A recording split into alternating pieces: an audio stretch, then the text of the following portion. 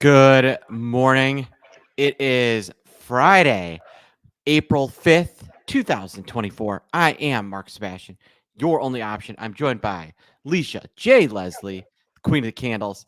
This is Option Pit Live, and it is non-farm payroll day. And Leisha, the numbers blew the doors off.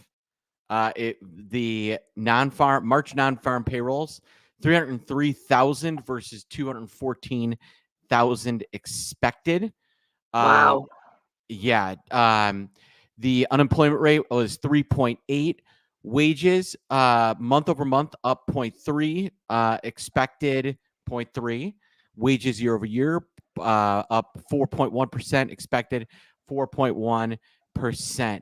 On that news, they have initially done some selling. Yes. Prior to the announcement, futures were up about, call it 20, 17, I now saw. about 10. We actually saw a push down on the day. A lot of confusion here. Lots of selling. I'm interested to see, I think, the revised numbers from previous non-farm payrolls maybe are going to have an effect here. But that initial top line number is why we sold off. It's pretty impressive. What's your reaction to that number? 303,000 versus 214. That is a hot number. Miss. That's a hot miss, right? Well, it depends on what you're thinking, right? It's a Well, miss. isn't it, in my opinion, and always in the past, the market always reacted to how different it was from the estimate, Yeah. right? It wasn't like if they had estimated properly, I honestly think the market doesn't react as much. Right. I agree. I think the issue that you've got is, and this is when you know that things are screwy and the market is somewhere over its skis. When Oh, I good thought you news meant is screwy bad. numbers. Yeah. Yeah. When good news is Right. bad, that means the market is not in a great place.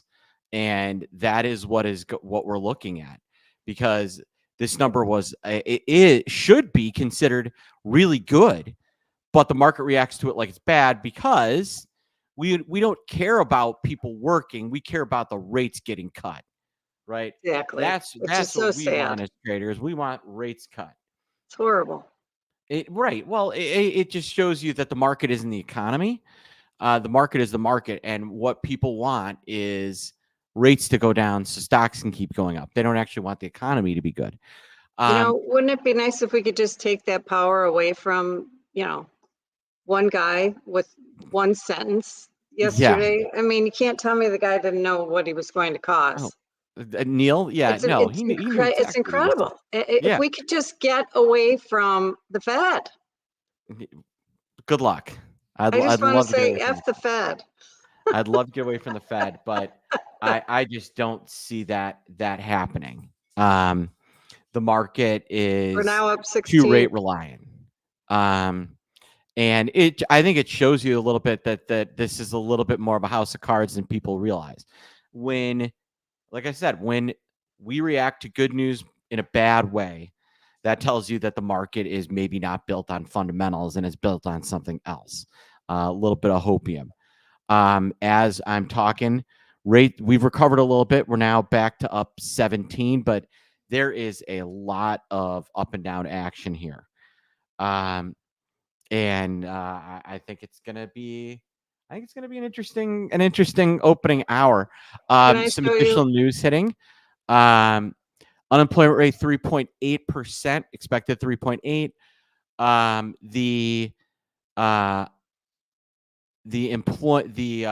What is it? The overall employment rate, 62.6% versus an expected 62.7. So all in all, it's a good number, but the market doesn't want a good number. So may I show you this SPX right here? Yeah, This show me. is a key level, up 20. 51.67 on SPOO is back to, look at this nice support level that we closed below yesterday. Very ugly, very large bearish candle. But look how many times we've tested that and held it. We close below it. A lot of times when we go beyond, trade beyond a support resistance level, the market comes back and retests it. And that's exactly where we're going to be, up 20 bucks, 51.67. Watch that area on SPX. It could be coming back to retest that and then just roll right over. Through. But odds are we're going to test that up 20 and we're going to roll over. Yeah, I mean, yesterday was definitely an outlier day. That, Alicia, I was looking, that was the biggest candle. We had a gap that I think was as big in November, and a pretty ugly gap in February, a couple of gaps in February that were huge. But in terms of just a single candle, that is the biggest candle I think we've seen in over a year yesterday. It really is. And we closed below the 21-day moving average for the first time since January 17th. There was the VIX implied volatility, highest level of the year. We had been seeing this cycling of implied volatility where, we were having higher lows and higher highs with every kind of wave in the market, right?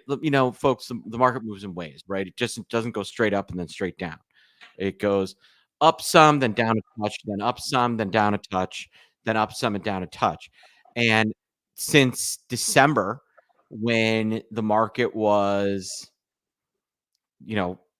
SPY was 470, the pattern, that's really where this pattern began. So we ran up $50 in SPY. And the entire time, every time we got a little bit of a selling wave, implied volatility had a higher low than the previous time, and we'd also had higher highs. And so I think that this might be the kind of breakout. I think things smell, folks. I think this might be that. Go ahead. Sorry. No, I'm done. Yeah, no, I think this might be the breakout that the market has been kind of gearing up for. Here's that corresponding giant, very bullish green candle in VIX yesterday. And as you say, it just was creeping higher lows, higher highs. Yeah, it's not great. All right, so we just updating on futures prices. We are continuing to shuffle about. We're now down a touch from where we were, but back to up about 16. Alicia, let's go through some charting with you. You've already charted out SPX and kind of laid out what you see there. Next on our list is Bitcoin, which has been extremely hot until the last few days. Till it's not. Exactly. Yeah, Bitcoin looked like it was ready to try to get off the mat here, holding my support level. And I have this upward trend line going back to February, but it's now testing again testing the support level. Yesterday looked like it was ready to take off. I do have pretty good resistance here at 68,007. So it needs a breakout above there to retest 71,000. So yeah, Bitcoin could be bear flagging right here. Hard to say. Need to watch that support level. Crude has, as we know, had a nice rally. I think it has a bit more to go before it hits a little bit of resistance, but it could continue. It could continue. It has quite a bit more to run, I would say, possibly to 93. Not today, but in the long run. Bonds still bonds have been in a downtrend, Mm-hmm. right? They're getting They're smoked today they're on this holding this news. support. Yeah, So they probably, if you look at the 30 years down over 1% right now. That to me, by the way, folks saying, are we going to be up or down from here? 30-year down 1% from where we're currently trading from yesterday's close. sure is. That tells me we're probably gonna see some red. Yeah. That Trade below 91 on TLT. We definitely have room to 87.5. wow. Well, So yeah, and look at the downtrend. TLT's down over $1 pre-market. Yeah. So very close to testing that low. Like I say, you see a trade below 91, and I think it could trade quite a bit lower. Yeah, and then lastly, the shiny stuff. Should we wait for Gold has Andrew on been that? just on a tear. I know we're going to talk about it a little bit more, but I just want your initial chart analysis before we dive in. Sure.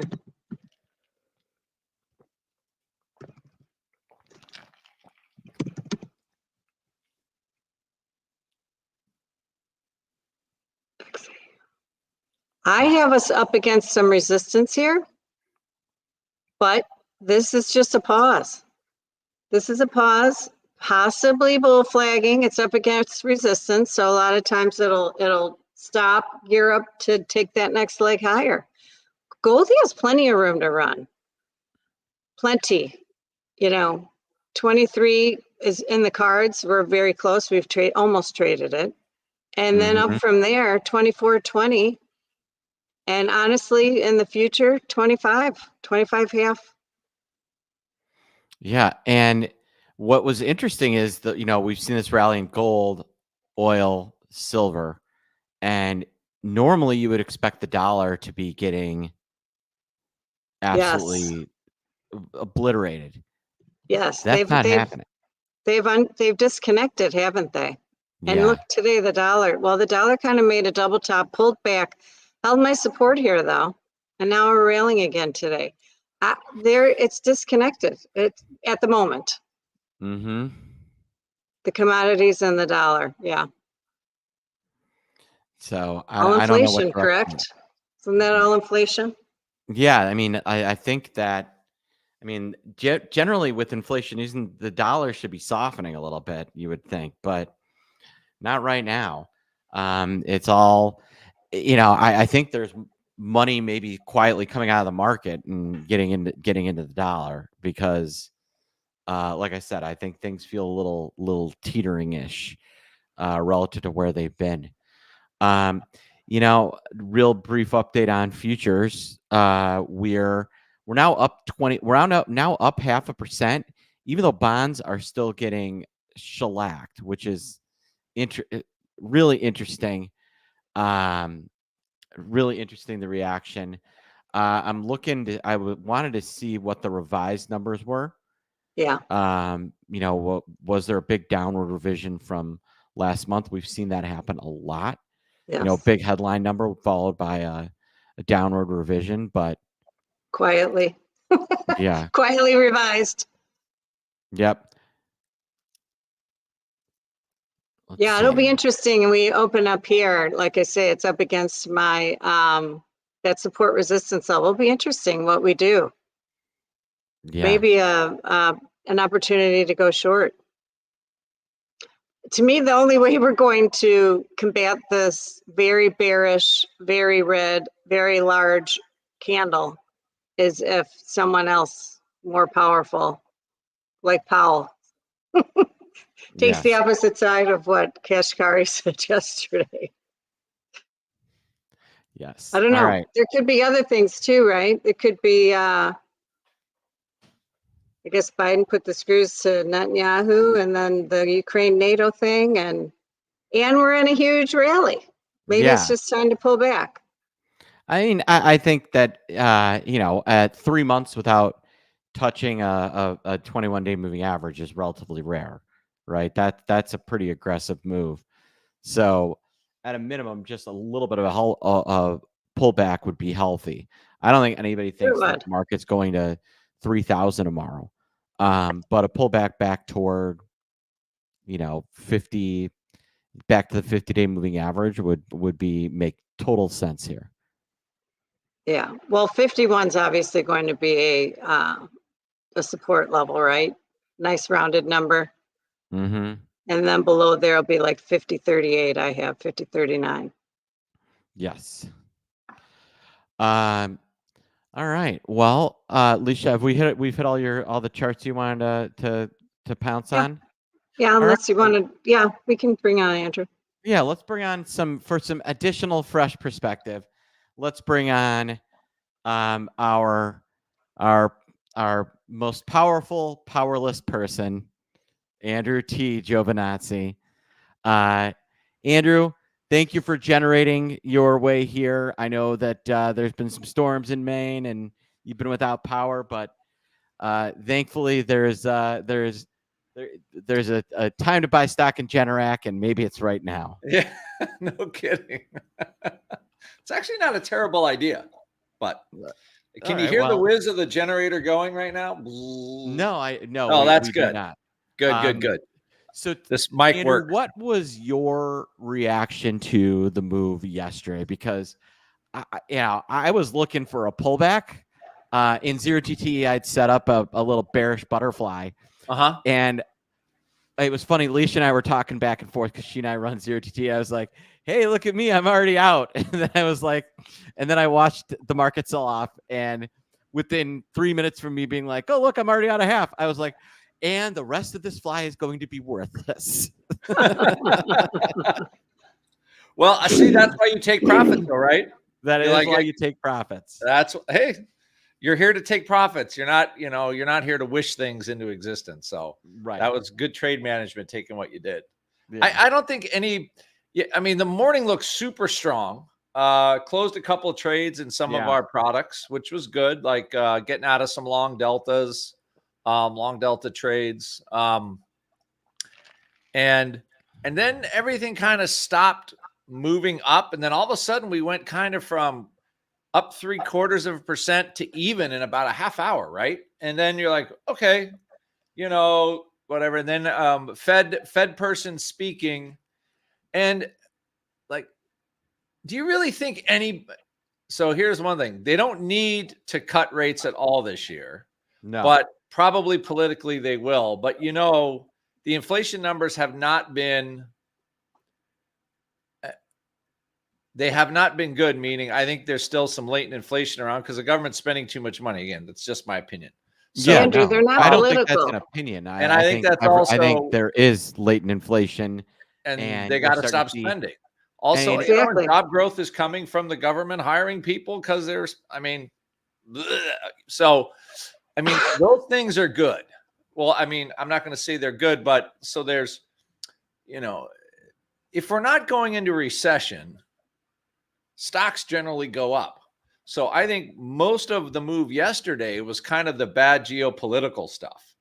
Again, my opinion, the algos, like the market prices can price this inflation thing, right? Okay, where there's some growth, there's no recession, we gyrate.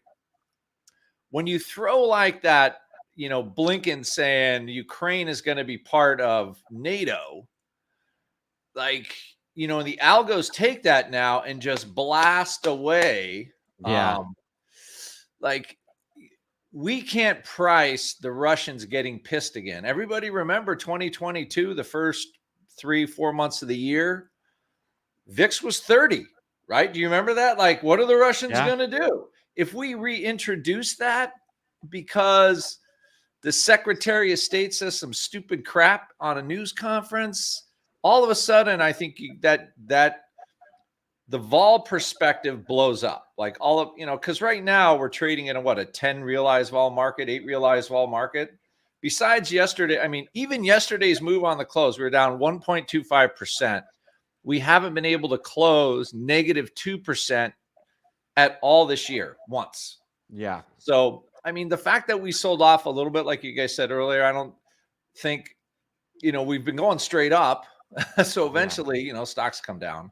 But I think that extra end of the day kick was adding this geopolitical bent, right? So I think what will be interesting today is if we actually, I think as far as the news goes, stocks should probably bounce. Stocks should probably bounce today, would be my guess. What you really want to see is how much they bring VIX off, right? Because we have CPI number next week, Mark, and you and I have been, basically gobbling up strangles into these numbers and watching them just blow sky high for 4 months. And we have another number on Wednesday. So right now, VIX futures are only down about 10 cents off of this news. So I think the bond market is getting thwacked. Yeah, which I mean, it should be, because the whole interest rate thing is fantasy. Like at this point, the government can't spend $3 trillion. It is fantasy. There's total fantasy. There is no way they're cutting rates in June, folks. Get it together. Actually, Andrew, you know something funny? It's a hopium pipe, baby. I'm tracking Twitter to see if there's these non-farm updates, and I switched back to go see if they'd revised the numbers. And the first thing on my feed is a story about Generac having its price target rate raised. I'm buying some stock just because I'm probably going to buy a bigger generator. Oh, actually, I'm going nuts. I think because when we do a little addition, I'm going to put solar panels and like a Tesla battery pack in there. Oh, really? Well, it's just, what? I live in trees, man. Do you get that much sun? Oh, yeah. Actually, Maine is very sunny. You would be surprised. It's cold, but sunny. But I'm going to walk around my property with a camera today. I've got like roots that are sticking 8 feet high out of the ground. It's like, oh, wow. It's crazy. Yeah. Speaking of crazy, let's talk chips. Okay. Because what seemed to be the unstoppable force, the juggernaut of this market, what's really been driving the market. In October, SMH was $143. Even with yesterday's sell-off, SMH is $220. But since March, we've had a couple of big candles, and that one has not been able to break into new highs, even as the market was approaching some of that.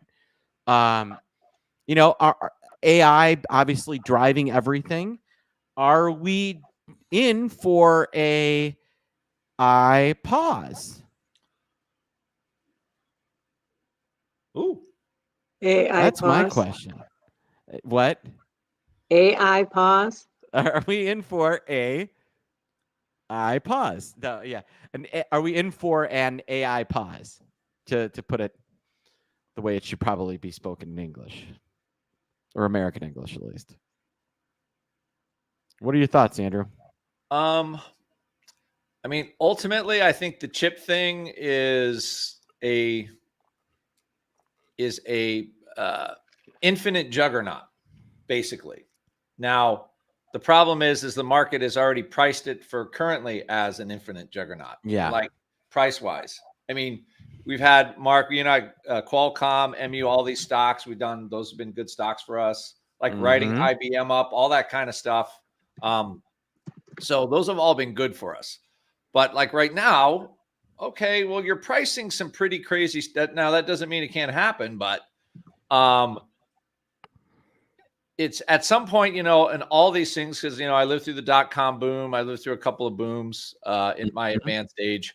And they do pull back from time to time, but, 20 years later, Amazon is worth a fortune, Google's worth a fortune, Microsoft's worth a fortune, and they all were at pretty high prices in the dot-com boom. But, those prices for, the top 8 or 9 stocks did come to fruition. They did.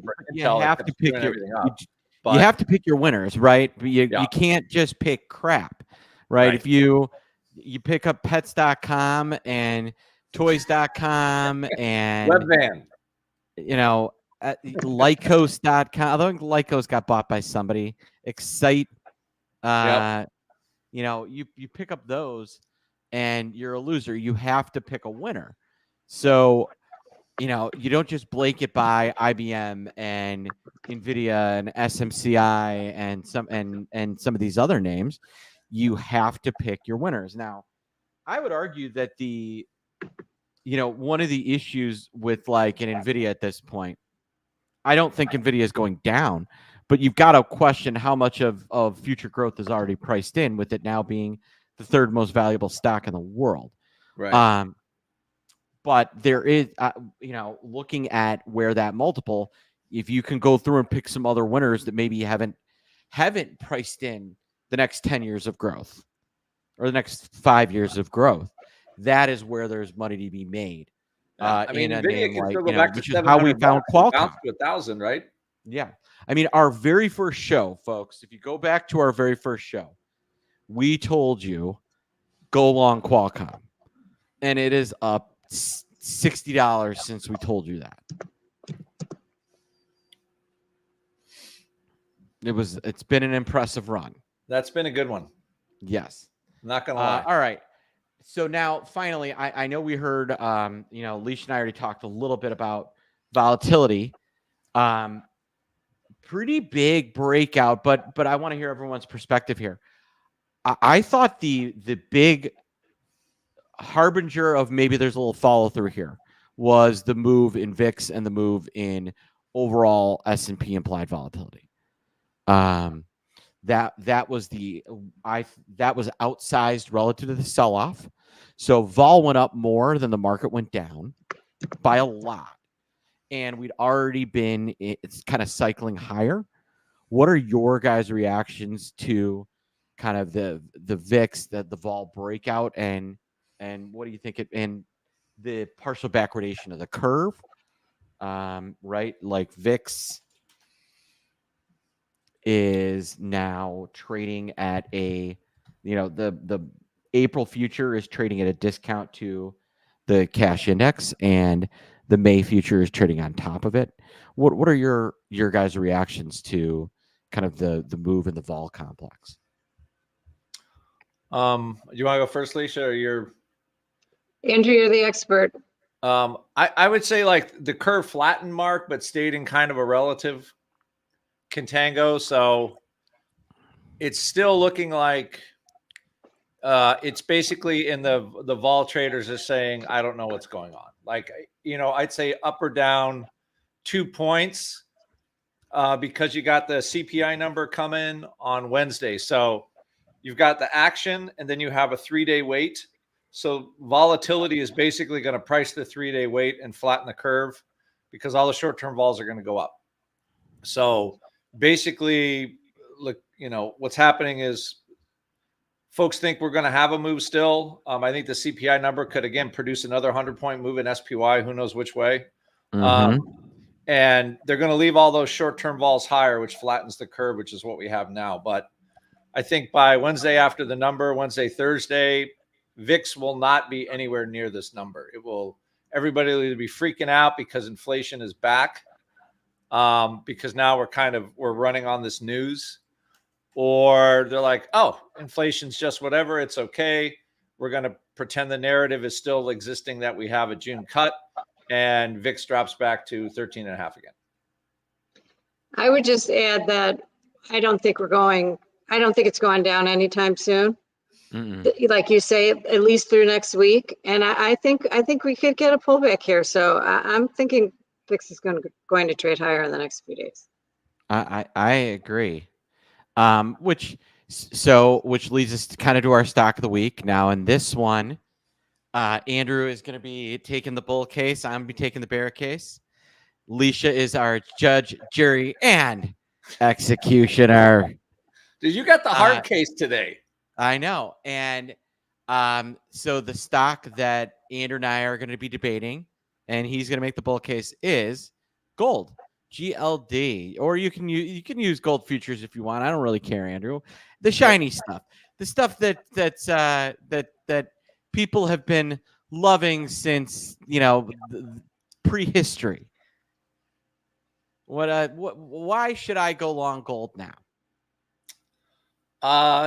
For all the reasons we've just discussed, that The inflation thing is a figment of everybody's imagination. It's still here. It's not going away. And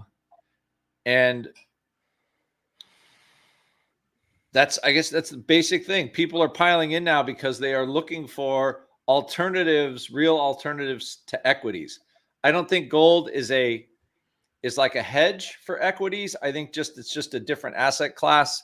It does tend to trade a little bit with equities, but right now it does appear some money is leaving. Some money is piling in, and when gold is an all-time high, like, you got to take the signal. There's a reason. So I think, it's the market is starting to price this sort of government spending thing. They're not liking what they're seeing, and they're getting into gold. So I just think it is a market psychology thing while people are climbing in. So that's why I think it definitely goes higher, though. I think the rally here has been just a little bit of replacement with people's with our gold, with our Bitcoin bugs taking some profits here ahead of the halving and not wanting to be long the market. So where do they put their money? They put it into gold. As soon as this halving happens, I think I'd rather be long. Gold doesn't really have any use. I'd rather and currently it's priced higher than platinum, even though platinum actually has more use. I'd go long platinum. I'd go long silver. I'd go long Bitcoin. I think and I know this is always morbid when I say it, if I was looking for inflation protection, the only asset I truly believe is a good inflation hedge is bullets, because those are bullets. Bullets are I wish there was a bullet index. There isn't, but in the last 15 years, bullets are up 10x. What's another asset class that's up 10x besides Bitcoin? Wow. Microsoft. Yeah. Microsoft's had a good run, but 15 years ago, a box of 22s was about $3. Now it's what? Almost 30. There you have it, folks. Leisha, there's my arguments. What's your take, Judge, Jury, and Executioner? I find it interesting that people are classified as a gold bug, or people, make fun, and that's ridiculous. Gold you're not going to trade, a bar of gold for anything, right? What good is gold going to do you if at the end of the world ends, right? Yeah. But it's interesting, though, that it is reacting like this, and there are believers, right? Mm-hmm. I would say, so we have right here what we call a harami on this nice bullish candle, which could be signaling a change in the trend after we've had this very bullish uptrend. Nice rally. So yesterday's high will have some resistance. Actually, it's a little bit higher this morning. 213.55 is your resistance. But if it wants to make it to the top of my pitchfork, which it looks like it wants to, I'd say we're going to 217.5. There you have it. And support comes in down here, 208.45. But right. it's looking bullish still. Nice bullish on the weekly. Speaking of looking bullish, we had a big vote in Disney yesterday, and you wanted to take a quick look at Disney in terms of a trade idea. Yes, I think Disney has further to trade lower. I like puts in Disney. I think Disney's going to trade down here 114 and possibly even 110. Wow. I think Disney has room to go lower. Do you know what the fastest ride is at Disney World? Fastest ride? No, which one? The I was there so long ago. It was like the Batman or something. It was insane. Well, that's Six Flags. Oh, that's Great America. I was in Disney Mountain. World in Florida, dude. Maybe it wasn't. I don't know. It was a long time ago. It was a crazy ride. It's not Big Thunder Mountain. It's not Space Mountain. The fastest ride at Disney World is the monorail. No, it isn't. The monorail goes like 50 miles an hour. Huh. Disney, So, which sounds fast, but you know what's faster than Disney's monorail? More reliable and a more comfortable ride. Mark, the king of the Segway, Sebastian, right I there. was just going to say, I got to give it King to you, of the Mark. That's Segway, pretty good. Sebastian. It's that's right. It's Andrew's trading vehicle. Way to go. That's Thank excellent. you. All right. So, Ruben, you can put up the first chart now of Newmont. Okay. So today's trading vehicle, we are going to compare a vertical call spread and a long stock with a collar. So the idea is, why would you want to do one or the other? So, besides being a trader, I'm also somebody who buys stock. And so, you make some money trading, you take your money trading, and then you go buy stock with it. Stock pays dividends, blah, blah, blah, blah, blah, on and on. Okay. That's the kind of your investing thesis.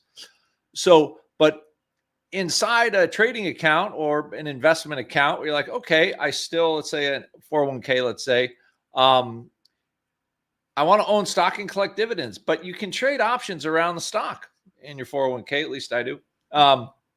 So it presents different opportunities. So right now, this is a Newmont mining. It pays a dividend, and you can see from the chart, stock's going up.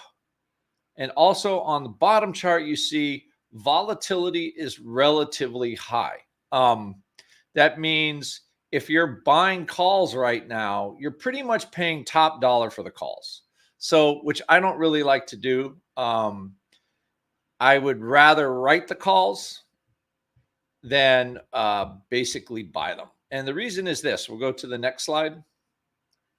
Right now, if you look at this as Newmont, if I got to May, the dividends in June, you can buy a 35 put for 78 cents in there at a 37 volatility. But you could sell a 42.5 call for 39 for a 39 vol. So the vol skew is a little inverted, and in gold it does that, but this is a gold miner. And so there is all that upside. Like, folks are buying calls. So from a trade point of view, what I'd rather do is I'd rather buy the put against my stock. Again, that hedges the risk or stops me at a price. And then go write the call. And heck, if I get out in May and I get taken out and at 42.5, that's 10% gain or whatever, I'll take it. If the stock pulls back, I unwind the collar, meaning I'll close the put, sell out the put, buy back the call, and then reset, buy a new put and farther out and do it again. And then trying to collect the dividends and then trade the collar around. Now, the difference is what is a collar? So what I'm going to do here is, if you show my screen now, Ruben, I'm going to draw this is a very sophisticated drawing of, so here, if this is our break-even line here, and I'm going to draw a call spread, right? So you buy your call spread here, the stock goes up, and then boom, right? So this is a standard vertical call spread. If the stock doesn't go anywhere, you lose. This is the bad area here. And if you gain, you're here and you're stopped out at the level. Again, I sell a call if I don't think the underlying is going to go a certain distance. So I figured 10% for Newmont would be enough. Basically right outside the straddle value, where I'll place that short call. Now, this is a standard call spread, just buying a vertical call spread. So you would buy the call near the money, sell the call out of the money, and you're getting a little more money for that short call that you sell, which means your call spread is going to decay less fast than normal. So what you have is, you basically can beat long the call near the money, sell the call out of the money, and have a very low decaying trade, which also insulates you somewhat when the market pulls back, because you have sold that upside call. So you don't have that direct burn on the long call. So that's the reason for a vertical call spread in the first place. Now, if I trade, let's see here. You know what? I'm just going to do a new one here. Don't save, right? I'm going to do a new one. So here we're going to set up now. What does a stock and a collar look like? So if I do this here, here is my P&L line. Okay. So if I buy stock, it just looks like this, bing, straight up. Now, if I buy a put, let's say at this strike, I'm going to cap the bottom off. And if I can do this erase thing here, it's going to erase this part, right? So the put stops me here.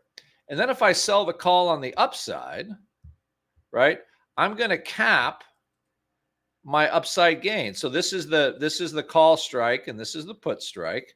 And I'm going to cap all this gain by selling the call. So when you're looking at comparing the two,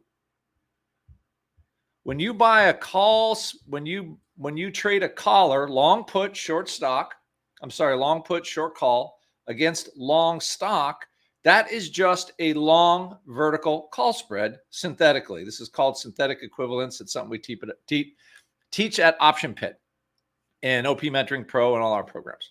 So the idea is both trades are the same, the way they're going to pay.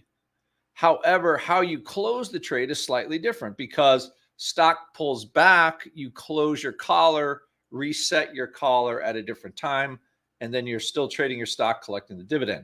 The vertical call spread, you're kind of hosed. If the stock goes down, you could buy the short call back, see if you get a little pop, but the timing on your on your vertical call spread is going to work differently. Like you really got it has to pay.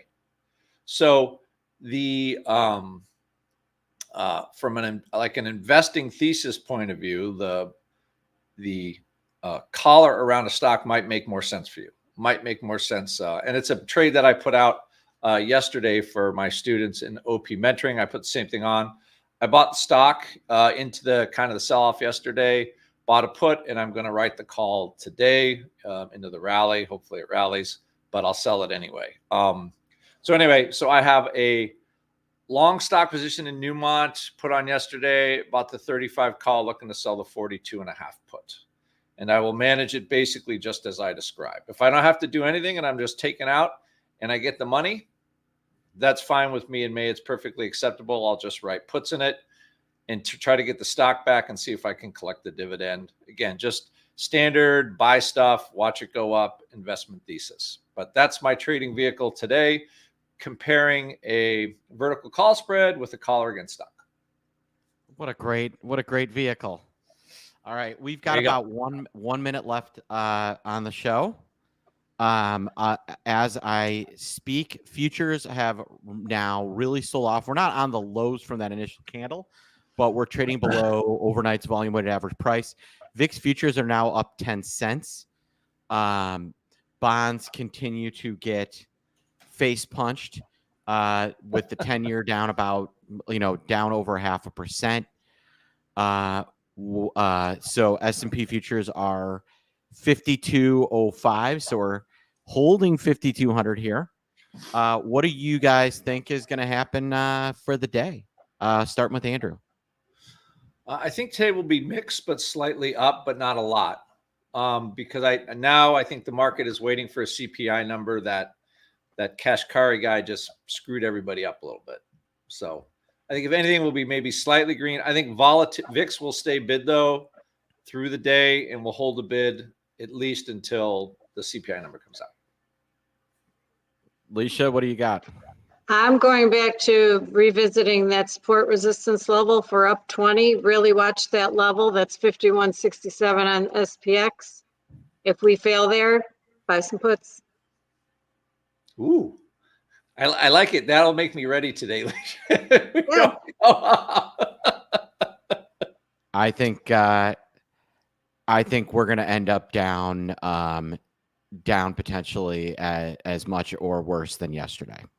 Oh, this that's number was hot. Hard. That's as bearish as you get right there. Yeah, I think I hope I'm wrong. I hope I'm wrong, but if I'm right and we are down big again today, it sets up the bad Thursday, Worst Friday.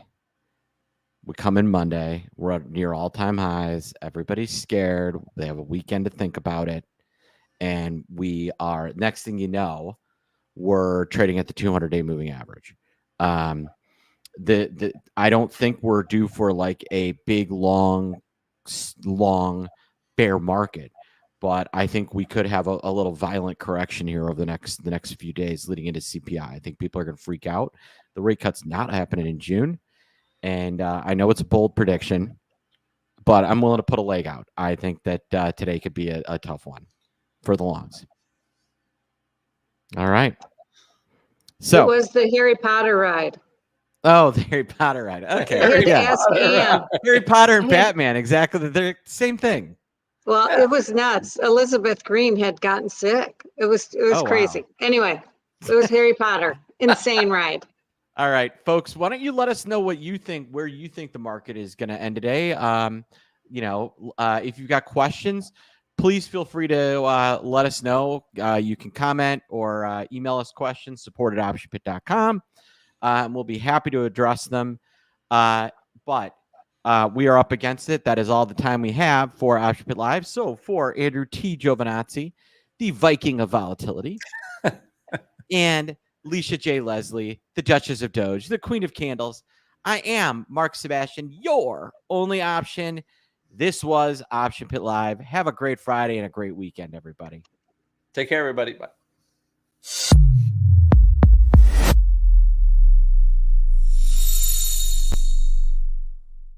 All opinions expressed by Tradier Hub contributors are solely the contributors' opinions and do not reflect the opinions of Tradier nor its affiliates and or subsidiaries. You should not treat any opinion expressed by Hub contributors as a specific inducement to make a particular investment or to follow a particular strategy, but only as an expression of their opinion. The contributors' opinions are based on their own personal research, but neither Tradier nor its affiliates and or subsidiaries warrants its completeness or accuracy, and it should not be relied upon as such. Any trades or positions discussed or referred to by contributors may or may not be actual live trades or positions. Such information is not intended to be financial or investment advice. Tradier Inc. is the parent company of Tradier Brokerage Inc. Tradier Brokerage Inc. and Tradier Inc. are separate entities with their own products and services. Securities products and services are offered through Tradier Brokerage Inc. Tradier Brokerage Inc. is an independent subsidiary of Tradier Inc., all rights reserved, member FINRA SIPC.